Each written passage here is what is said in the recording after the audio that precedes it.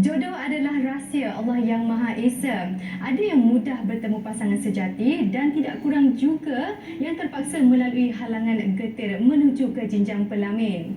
Buku tulisan Muhammad Kamil Ibrahim dan rakan-rakan masing-masing berkongsi kisah sebelum mendirikan Mahligai Cinta. Majlis pelancaran buku Jodoh Anugerah Dia diadakan dengan konsep kenduri kahwin dan diserikan dengan kehadiran 25 penulis sebagai pasangan pengantin. Saksikan perkongsian kisah cinta beberapa pasangan penulis hebat yang boleh dijadikan panduan berkasih sayang. Bagaikan mengimbau masa lalu saat pertama kali melangkah ke pelaminan untuk diraikan setelah telafaznya akad cinta sehidup semati. Beberapa pasangan penulis disambut umpama Raja Sahari sebagai simbolik majlis pelancaran buku cetusan ilham ahli akademik Profesor Muhammad Kamil Ibrahim. 25 penulis buku Jodoh Anugerah Dia tapak sekak dan menawan mengenakan pelbagai gaya busana pengantin. Saya sebenarnya ditimpa musibah. Saya ada masalah buah pinggang tahap 5.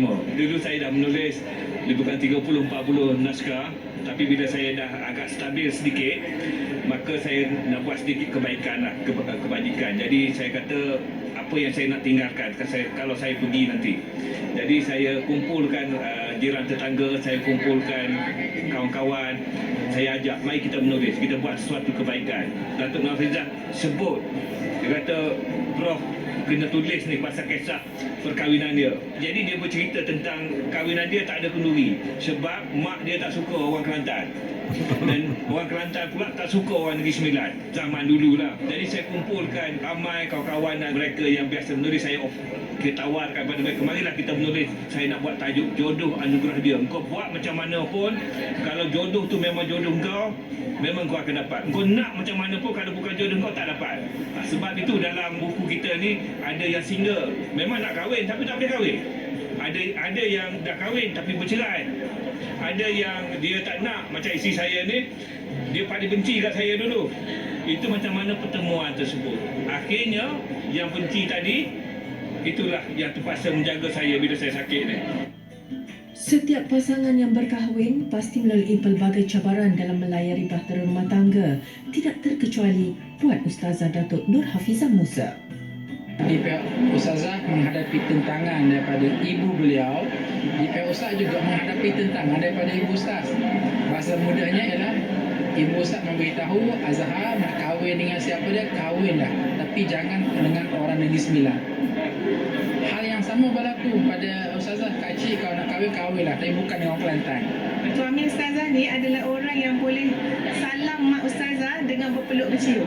Kadang-kadang ada mertua, ada menantu tak buat macam tu kat mertua kan. Tapi suami Ustazah, mak nak bagi tahu betapa dah diterima tu, mak boleh peluk, mak boleh cium macam anak lelaki-lelaki sendiri macam tu.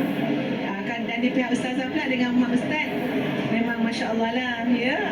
Baik-baik sangat.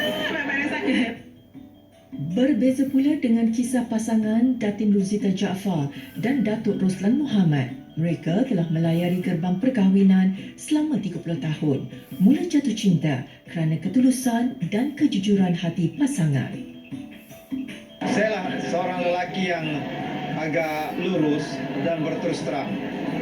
Bila saya rasa berkenan di hati, dan itulah detik cinta yang sudah mula menyala, saya terus memberitahu beliau bahawa saya melihat wajahnya adalah wajah yang sesuai untuk mengisi hati saya. Zaman dulu kirim surat, alhamdulillah beliau sangkut dan menerima saya. Majlis turut diserikan dengan kubahan hantaran yang menjadi simbolik ikatan cinta pasangan pengantin, malah menjadi pelengkap acara perkahwinan. Perjalanan jodoh masing-masing tidak sama. Ada juga di kalangan penulis harus akur dengan ketentuan yang Maha Esa tatkala mereka diduga dengan kehilangan pasangan.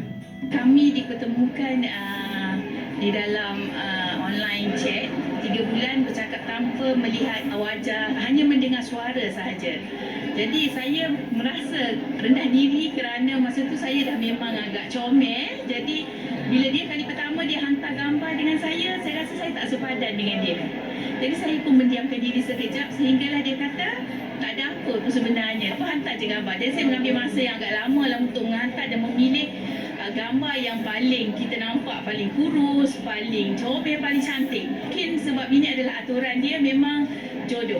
Kataan jodoh ni ialah berpasangan. Tapi saya dipisahkan dalam ketika saya menulis buku ini. Agak sukar juga untuk saya menulis.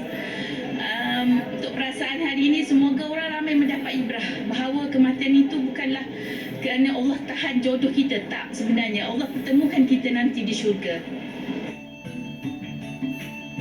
Langit membentang, warnanya biru, datang hujan menimpa batu, teruskan melakar kenangan baharu, moga bahagia sepanjang waktu. Semoga kisah ikatan cinta daripada penulis-penulis ini mampu memberi inspirasi berharga agar kasih sayang yang disemai sentiasa mekar dan berbahagia selamanya.